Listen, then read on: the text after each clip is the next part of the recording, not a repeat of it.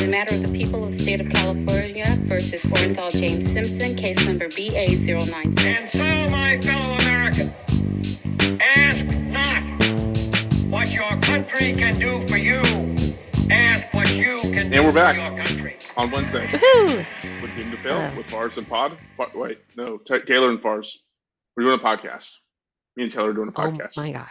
It's called Doom to Fail. Perfect. 10 out of 10. 10 out of 10. But yes, we are back, and it is Taylor's turn to take us on a riveting tale of love and joy and terror and probably feminism. I'm sure that's in there somewhere, but yeah. All right, let's do it. I'm excited that you did your second one on engineering disasters because I'm doing, oh my God, my number 6 for volcanoes.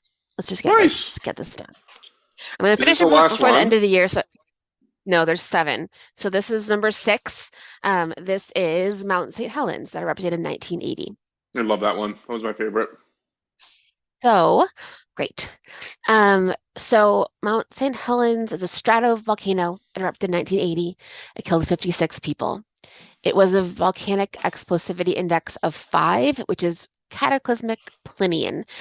So I know we talked about our we're looking at the VEI index. This is actually more powerful than the one that was in Mount Pelée, the last one that we talked about. But less people died because less people lived around there. In Mount Pelée, people lived at the bottom of the, it was on a Caribbean island. They lived on the bottom of the hill, as you would. But this one's in Washington State, so it's in the northwest of the United States, and the land all around it was being used for logging. They were in the middle of cutting down all the forests for logging. So this is also a logging story. So we will talk a little bit about that history as well. My main source, I read a book called Eruption that I'll put in the notes. And I also found this freaking incredible Google map that someone made, and it shows where each person who died and survived was found, and then the pictures that they have of them. Some of them had their cameras pointed towards it when it was happening. It's really interesting. So I'll share it. It's fun to click around. How would you search for that? Well, don't look at it yet because it's fascinating. You're going to look at it for an hour and not listen to me. So just wait. Go. So this is stupid. I wrote, there's a couple layers, pun intended, because that's what a stratovolcano is. It's layers of earth to this story. So there's logging, there's preservation, there's the American freedom to go wherever the fuck you want to go, and then there's volcanoes. So all those things are happening kind of at the same time. So starting with the land itself, most of the land around Mount St. Helens in the 1980s was owned by the Weyerhaeuser Timberland Company. Weyerhaeuser, Weyerhaeuser. It's a German company founded by a German immigrant named Friedrich Weyerhaeuser in the 1800s. In the book that I listened to, Eruption, the guy did a great German accent when he was talking as him. It was delightful. But he he was a hard worker. He moved to Pennsylvania from Germany in 1852. He worked at a brewery, but felt the pressure of being around booze. So he didn't want to do that. So he found a job at a timber company, and he just worked his way up the ranks. And he started to know a lot about logging. And he saw that things were changing. And I saw this thing on Instagram that was a joke, but it's 100% true that when you take someone to your hometown, every time you turn a corner, you're this used to be the woods and now it's Walmart, and this used to be the woods and now it's this. You know what I mean? Yeah, I mean that's kind of Does that happen? Everything.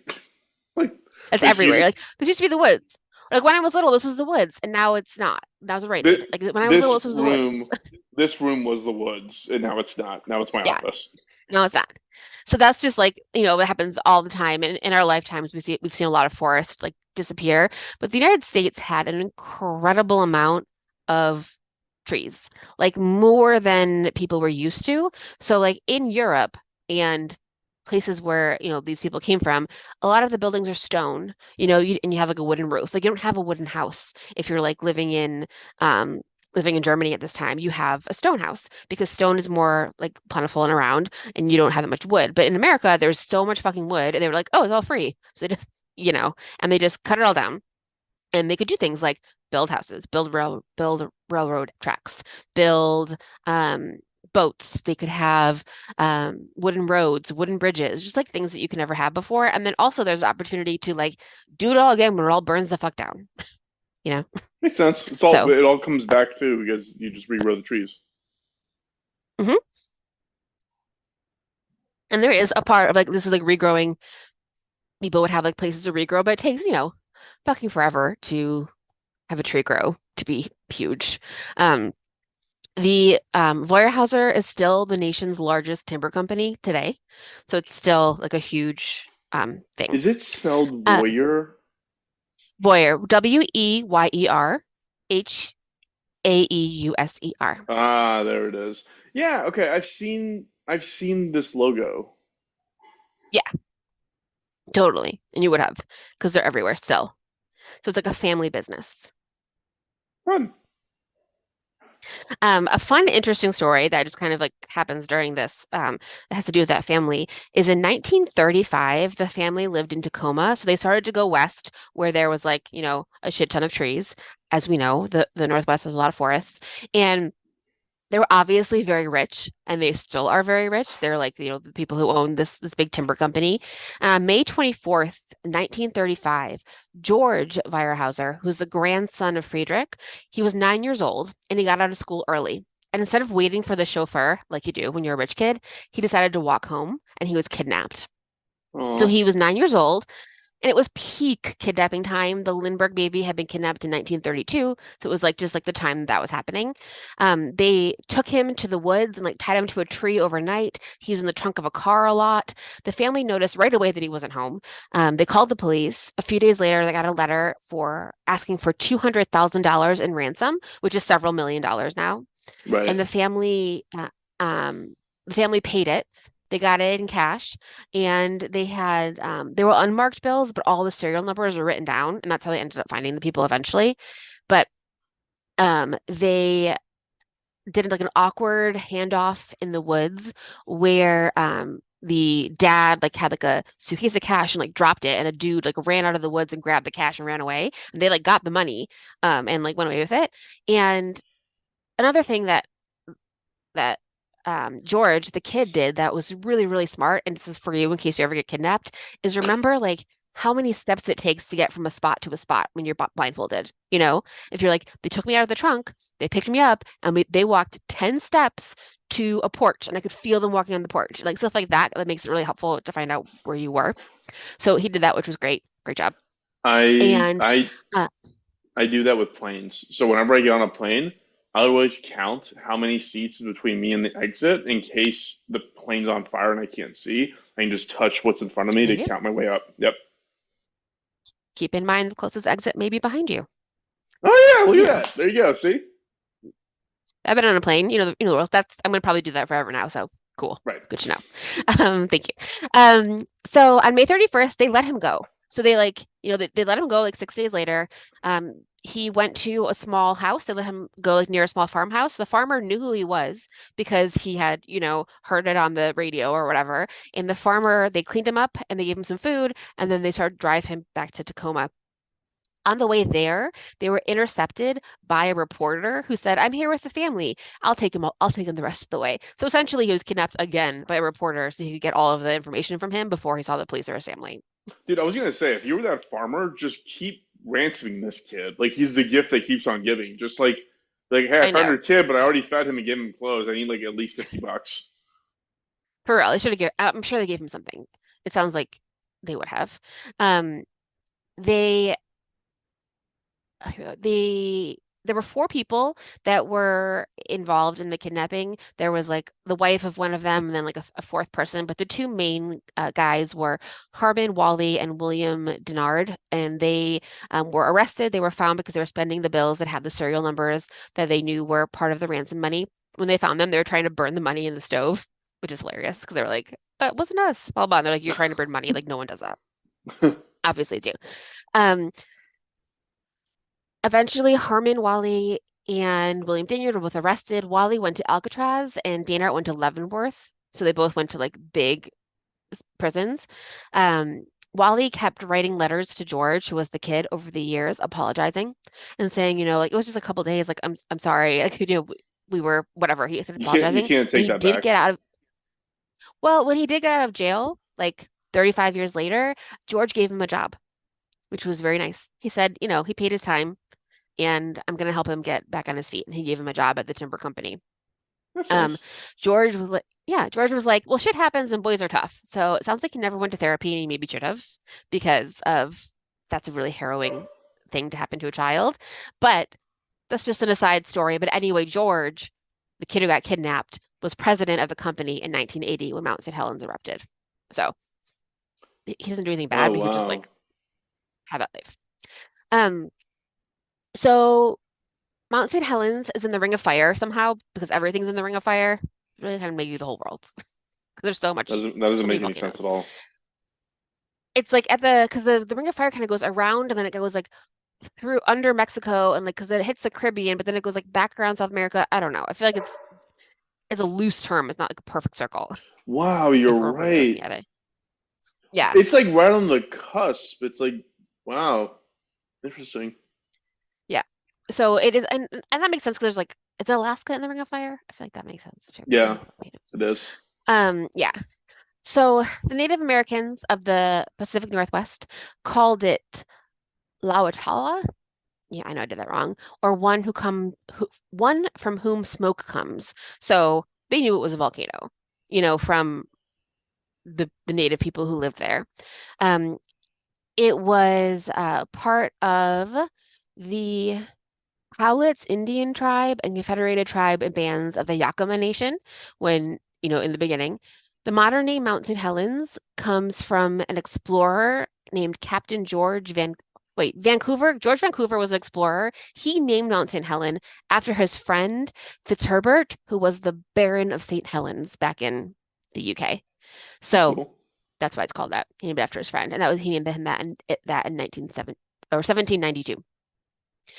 Also, I just incidentally, I know we say that Vulcan is the Greek god of fire, but the Roman, oh no, wait, hold on. Yeah, Vulcan is the Roman god of fire. So it's like a volcano is where we get the word from. You got that. Yes. Hephaestus is the Greek god of fire. He's like the counterpart to Vulcan, and he's the Greek god of fire and blacksmiths, which is fun. So Nice. anyway, that was the one before him. Harder to say this Hephaestus erupted and this volcano erupted, so that's part of it. So everyone knew it was a volcano. They'd known for centuries. The native people knew it was a volcano. Everybody knew it was a volcano. Mount St. Helens had erupted in the 1840s and 50s, but had been dormant since then. So it had been a long time since it had been active. There were like cabins around it and like little places where people could like little like gosh, I imagine it a lot like the place where you got married. I was gonna say, You know what I like, so mean? much of the story reminds me of that because even as you were talking about the woods, Yeah. I was like, because that town that we drove through, that was like a former logging town. Yeah. That was probably one of these Weyerhaeuser Exactly. companies. Yeah, yeah. I'm sure. Yeah. So yeah, it's just like there's lakes and there's trees and it's beautiful. So you can have a cabin there in parts that are protected. Most of it is owned by, a logging company and there's like lakes and all that stuff. So it's beautiful. It's like a beautiful space.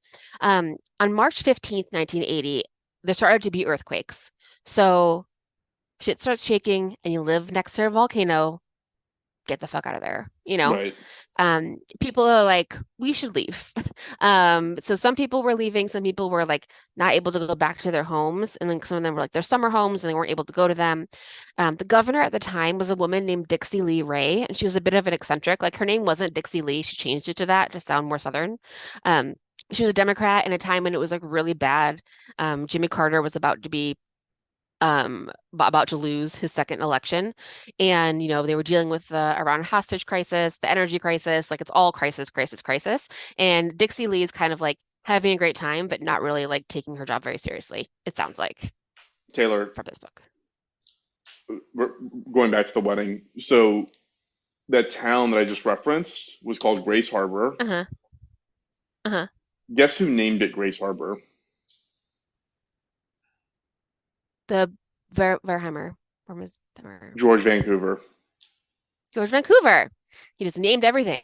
Named everything. Had a flag, named the shit of everything. I didn't even know there was a George Vancouver, but sure. There we go. Makes sense to me. Um, so the governor could have done more to ban people from going to certain places, but she didn't want to do that. She wanted to let people like live their lives and go and like have the freedom to go to their houses if they needed to. There was an executive order on her desk the weekend that it happened that she hadn't signed that would have expanded where you couldn't go around the volcanic peak, but she never signed it, and who knows if that would have helped save like some lives. A remarkably small amount of people died, all things considered. But you know, they could have had even bigger space people weren't allowed to be in. There were teams that were trying to protect the land around Mount St. Helens. They were trying to get it on the historical register, trying to get it to be a national monument. Like Joshua Tree is a national monument and a national park. So like that gives us like a little bit more protection in different ways. They're trying to make it a monument while at the same time people are like, but we need these trees. So all this stuff is happening. And then eventually like the land they tried to protect is gone. So they have to like pivot and try to figure out what to do next after the eruption, but there are people Yeah. trying to save it. Um, so most of the people that lived there did leave. Eventually, the day before the eruption, actually it erupted on a Sunday. On the Saturday, they let some people go back to their houses and get stuff. So they let 50 cars of people go in like a caravan with like the Marines or whatever, go to their houses, get some of their stuff, get their pets. Some of them like left food for their cats they couldn't find. Like, they're just like, hopefully we'll be back in a few days, but they never went back. Um, there were also people that worked there, and they didn't really stop working. They kind of kept working in that area and places where they were like, well, this area is probably safe because it was like, 15 miles from the Why peak. risk? But it turned out those Like, places weren't safe. yeah, who gives a shit? Just don't go. Like, it's like, what are you And splitting hairs for? well, it's like, well, for the people who work there, it's like, millions and millions and millions of dollars for the company. And what are they gonna do? They need jobs. It's just like everything else. But they weren't there Interesting. because it was a Sunday. So they're actually fine. Right. If it would have erupted on a weekday, at least 300 more people would have died because they would have been working there, but they weren't. So like that's the good news. This happened on a Sunday. And that Sunday happened to be in May. So from March to May, it's rumbling, weird shit's happening. The volcano's getting bigger, like a balloon about to pop. You're like, holy shit, like we gotta get the fuck out of here. Like it's like getting bigger. Some people were allowed in because they were like scientists. One of those scientists was John Voight's brother. Isn't that weird? That John Voight's John brother is a volcanologist, is weird like because John Voight Angelina also Jolie's lost his dad. mind. Yeah. He's also a Well, this guy crazy didn't lose his person. mind. Yeah. Well, this guy's not crazy. He's just a volcanologist. So he just happened to be one of the people who did that.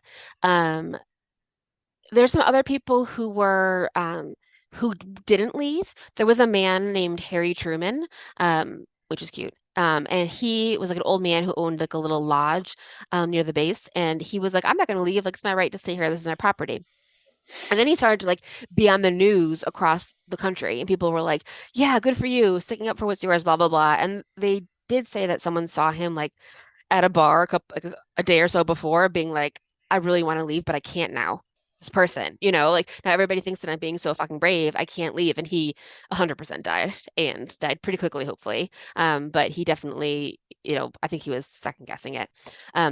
But so it was a Sunday when Mount St. Helens erupted. It was May 18th, 1980 at 8:32 a.m. It is the largest landslide in recorded history. So the first thing that happened was a landslide of like that hot mud that comes out. It traveled at one up to 155 miles per hour, and moved across the lake and across part of the mountain. One thing that it did is it exploded sideways, which is not what anyone could have predicted. So like you were safer on one side than you were on the other, but there was no way to know which side you'd be Where? on, you Yeah. know? Yeah. Um, there were glaciers at the top of the mountain that started to melt, which caused like that hot, wet mud to landslide everywhere. The rivers were surging with this warm water. And what that was also doing, which is even more dangerous, is the logs that were there. So like imagine like a log from a tree that's like 2 feet in diameter. Like you couldn't move that, whatever. But if it's in a river that's like surging down a mountain, that's going to be like a toothpick in a bathtub. You know what I mean? Like Yeah. this huge log, but that log is going to crush everything on the way down. you Yeah, of know? So course. it's not just water, it's water and these like really, really, really, really heavy logs. And they went back to get them for like years and years and years. They couldn't really gather everything back together because everything was in these piles. If you're stuck under a log, you're dead, you know? Dude, this is Um, crazy. the It doesn't yeah, even look like a really. mountain anymore. It looks like It somebody was the took a fifth bite out of highest it. mountain in Washington State. Yeah. And that was the 11th tallest mountain. It was the fifth tallest in Washington Wow. State. It lost its like thing. The landslide was taken over by the pyroclastic flow, which always happens, and it lasted about like obviously it was super fast, but it went about 23 miles across and 19 miles long. The flow overtook the landslide. So you're like running from a landslide and it's overtaken by the pyroclastic flow. The ash cloud went 12 miles into the sky. It went as far as like Wyoming, like the middle of the United States. And so a lot of things were like covered in ash, even after that. It lost Um, 400 many, feet in elevation. yeah, That's it's a so lot. much mountain. And it's interesting because like Mount Pele that we're talking about, like it got taller after it was over. It like crystallized harder and like has like a taller peak now. It's not even a peak, it's just like a rock top of it. It was Yeah. plugged by like a mine stopper. Um, Many of the bodies were never found, obviously, because they were just covered in the flow. Um, so you might ask yourself, who was there and why and how many people died? Some people were in camping zones that were deemed safe. Like they were told they could go there. No one told them they couldn't go there.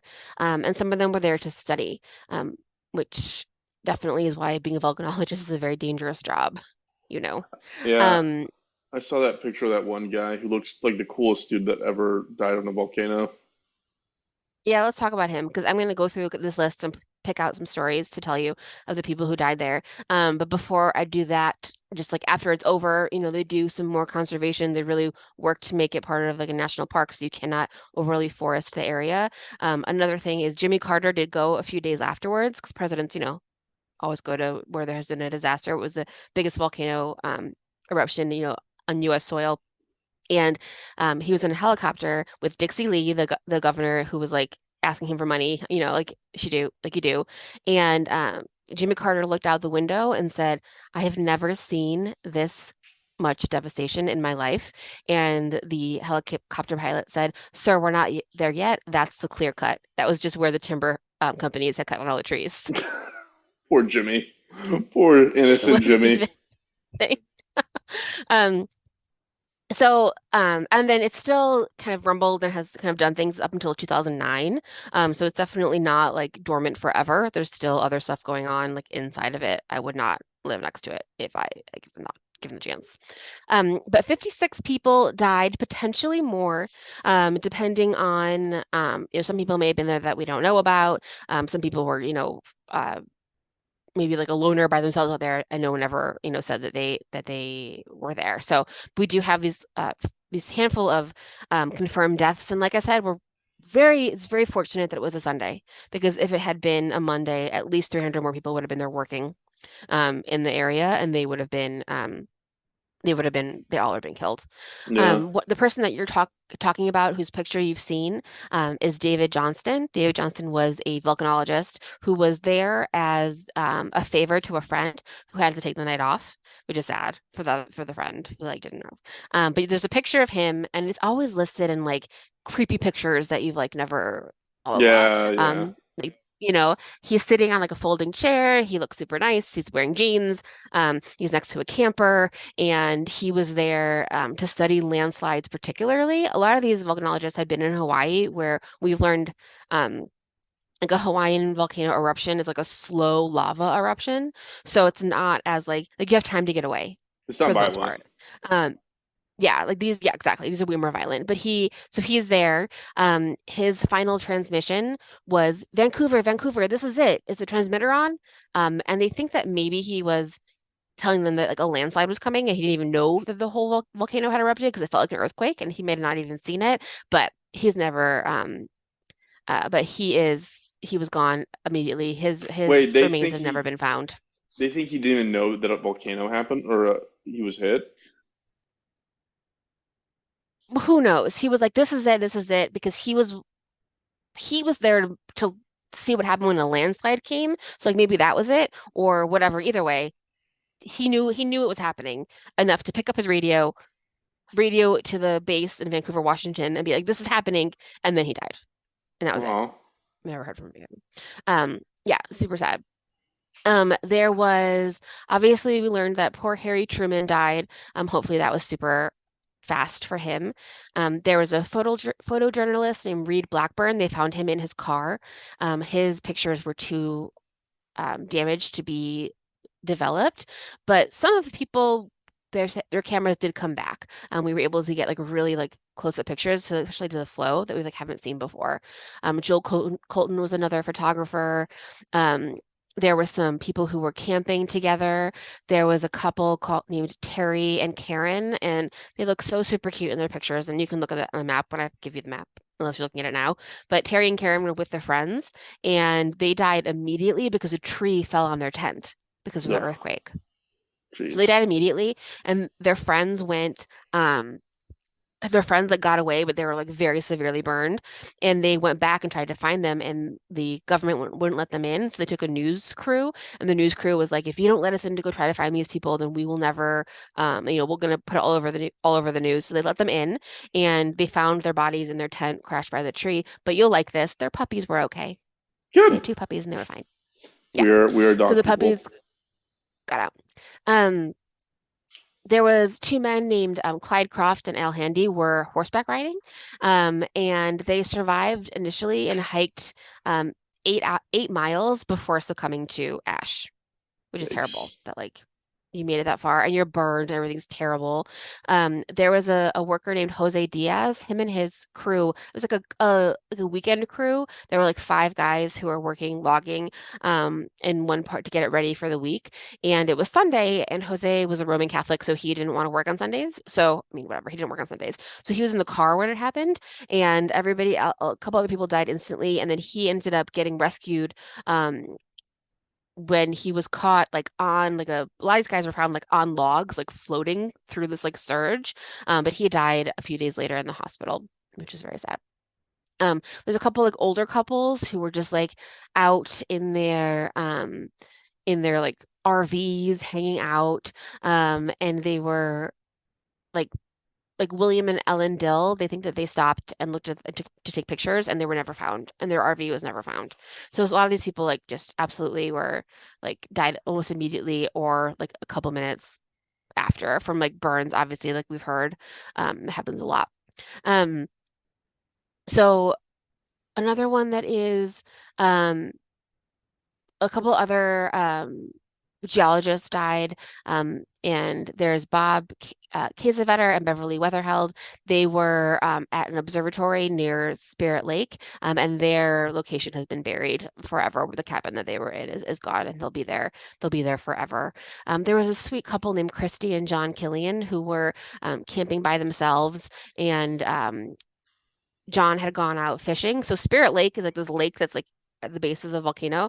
And John was like, we can go there now. Like it's like not, you're not allowed to not go there. And he was like, let's go because it's full of fish because no one's fished there in 3 months since they shut it down in March, you know? Yeah. So they were excited. The way that they found Christy like by their campfire with like near like a coffee pot. So she had probably gotten up to like make coffee. And they found John like the guess is that he was fishing, and his last moments would have been his boat like kind of floating through the air on like the landslide before he died, Jeez. which is crazy. And that's like where they found him.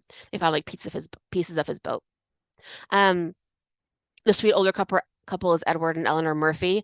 They were driving their motorhome, and some people Eleanor was at their campsite, and Ed went to somewhere else to like get some supplies, and people reported seeing the motorhome going back up the mountain. So he was like going back to go get her, and they never found either of them, which is so sad. Um, there are a couple children were part of a family that was killed because people thought it was safe. Like they really did think it was safe. They thought it would be fine to be out there. And a lot of people were, found like in their cars. One guy, I can't find exactly which person this is. One person was on his radio and he was like, "Gentleman is coming for me." And then he died. Because then he was gone. and he just like asphyxiated in his car at the pyroclastic flow, overdid it, overtook his car, and he was gone. Um, a lot of people survived. So there were some like loggers who got out. There were people who had been camping like with their friends who died, who got out, but they were so badly burned. Like some of them, walked out with like bare feet because if something happens at like 8:30 in the morning and you're sleeping, you just have to like run. So their Right. feet were burned, their hands were burned.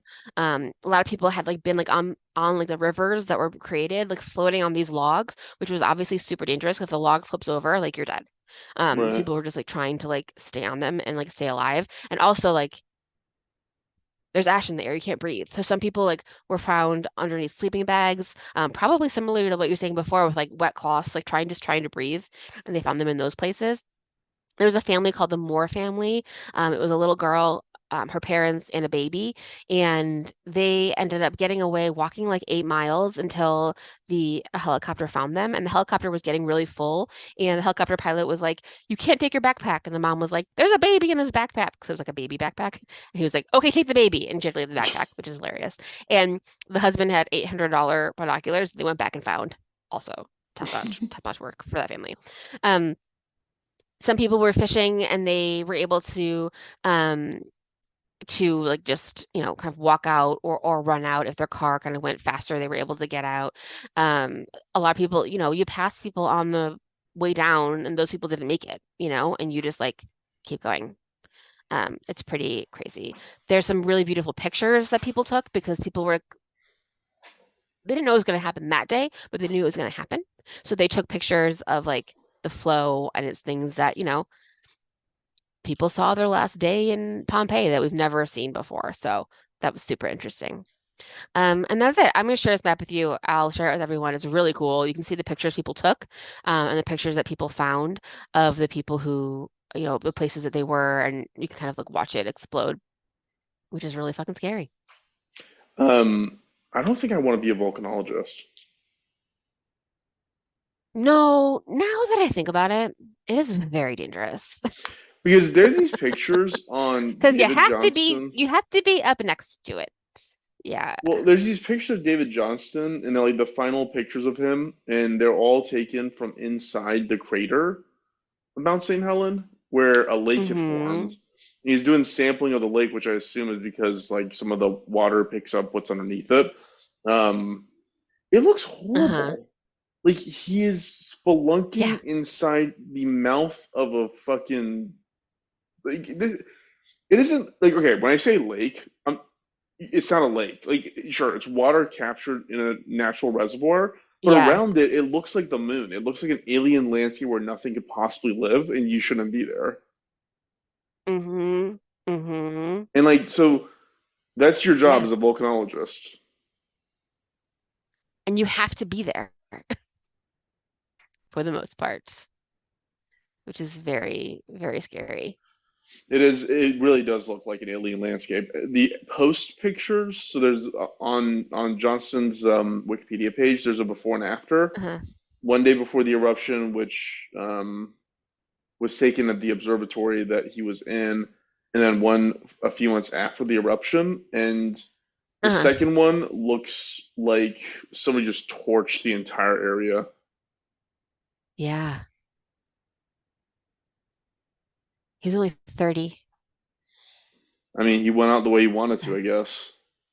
Exactly. I guess you have to take the risk. But yeah, man, these pictures of the before and after, I mean, the mountain is gone and all of that, just decimated the sides of the mountain and, obviously luckily didn't kill that many people, but the people that died in that fucking terrible way that you die when you died in a volcano eruption. It's really crazy. And if you survive with very bad burns. I feel bad for Yeah, Harry Truman because he didn't want to be there, but he was like kind of peer pressured himself into being there. I mean, he did it to himself. He did, but then like you should be able to change your mind when it comes to saving your own life. You Yeah, don't have to die in okay. that hell, literally. It's saying that he became basically like a town celebrity in the months before the volcano exploded. I know, but I feel bad for him. And also on this whole crypto dome thing, the fact that it's a lateral blast, like it was like it looks like a pulsating massive thing. Like, you knew something was Hmm. happening. It wasn't going to be good. Right. They knew it was like just it was a matter of time and you just don't know. I don't know. I guess maybe I'll figure this out for next time or I'll look into it. Like how much can we know about a volcano right now? You know, like how much can we know if we know when's going to erupt? Obviously, like th none of this happens without signs. There's like earthquakes for a couple of days before. The mountain is like getting bigger and pulsating. You're like, okay, maybe something's gonna happen, and whether it's like, 1,000 years ago where you think it's because like the god Vulcan is mad, or it's today, you should leave if you can. Yeah, I it's Keep this away from all guy. this. This guy Truman apparently had like a um, redundancy where he could go into like this abandoned mine shaft that he'd stock with food and water. But then I was reading about like how fast this thing moves. It said that when it exploded at 650 miles per hour. Unless you were Yeah, like tens of miles away, there's zero chance you would have had the time to actually register what's happening and escape. absolutely, absolutely. I do like that his name was Harry Truman, just like incidentally, I you know. know. I wonder if he was like, the the president happens to be named after me at one point, He was looks like he was in World War One.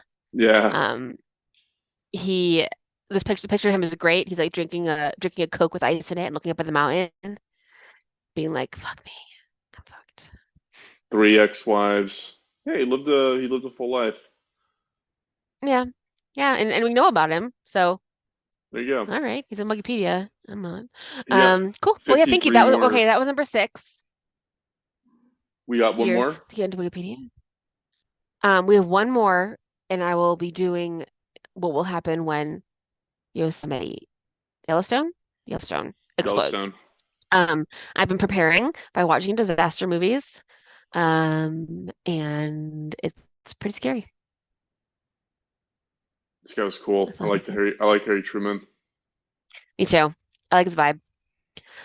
Killed by a pyroclastic flow. Crazy. It's just like so scary. Just like here's this murder cloud coming at you faster than anything you've ever seen before. This is funny, Taylor. Hold on, I'm gonna read Yeah. this real quick. So he Okay. loved discussing politics and reportedly hated Republicans, hippies, young children, and the elderly. So he hated I love everybody. it.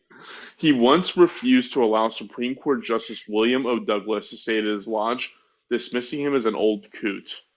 He changed his mind when he learned Douglas's identity, chased him for 1 mile to a neighboring lodge, and convinced him to stay. I love everything Wow. about that. I like that. I like that you hate old people, but you live to be 83 and potentially longer because you died in a volcano. So you didn't It's die of also like weird old because age. it's like you say Republicans, hippies, young and old people. It's like who's left? Like who's left? Like Democrats and goths. I don't know. It's so funny. those are the hippies though I know of the day. of the day. Fun, Taylor. That was a fun one. Yeah, it's crazy. I mean, growing up, like in elementary school, we were all taught about Mount St. Helen, and then given my associations with Washington State, I've seen it a bunch of times, but it's always fun to Hmm. re-explore and re-examine it. Yeah, I mean, I guess people still, like live near it. And it's also, I guess, also something else that I want to try to figure out is how do you don't know what's going to happen. Like, you don't know which direction it's going to go in. You can know as much as you can, but like, how do you know what's happening underneath it? Just Like, leave. will we eventually know more? I don't know, man. Yeah, just go. It's a dangerous job. Someone's got to do it, I guess. But I Somebody's got to don't do it, know. but it's not going to It's be very, us. very Thank brave. God. Thank But God it's speaking not of us. Washington State and volcanoes, my friend Christine sent me some pictures. She was hiking in Washington State. She lives in Oregon, in Oregon, whatever that area. She was hiking and sent me a picture of like a thing that showed how like the land had, over time, like the stratovolcano, like the, piece by piece, the layers were in it and kind of going back in history, which was very sweet. She said, I'm thinking of doomed to fail on my hike. So she's learning about Aw. how mountains are formed. And I was like, I've learned so much this year. And she was like, me too. So I love that. Thank you, Christine. Thank you. Sweet. Yeah. Well, thanks for Yeah. sharing that, Taylor. And per usual, please find us on all the socials, Doomed to Fail Pod, or write to us at doomedtofailpod@gmail.com. We are always interested in taking suggestions. Yeah, and like I don't know, I had a goal of a certain number of downloads by the end of the year that I don't think we're going to make, and I'm a little frustrated by our slow growth, which I feel like is just like the way of the world in these things. But if you haven't shared this with anyone, please share. It'd be really great. To, like that's how we're going to grow. So We'd be very appreciative. that'd be awesome. Yes. Super appreciative. Yes. Yes, Or just grab your friends' phones and subscribe them against their will. 100%. Have a party where you make everybody put their phone in like a lockbox and then break into all their phones and then subscribe them all. It might be harder than Scrub. that. You'd have to like have a bunch. No, it's a bad idea. I don't know how you do that. Whatever. Yeah, I don't think that would Tell your work, friends, but please. just tell your friends. That's enough. Thank you. um, Thank you. Sweet. Thank you. Well, Thank you. Thank you, Paris. yeah, thanks. So I'm gonna go ahead and cut it off and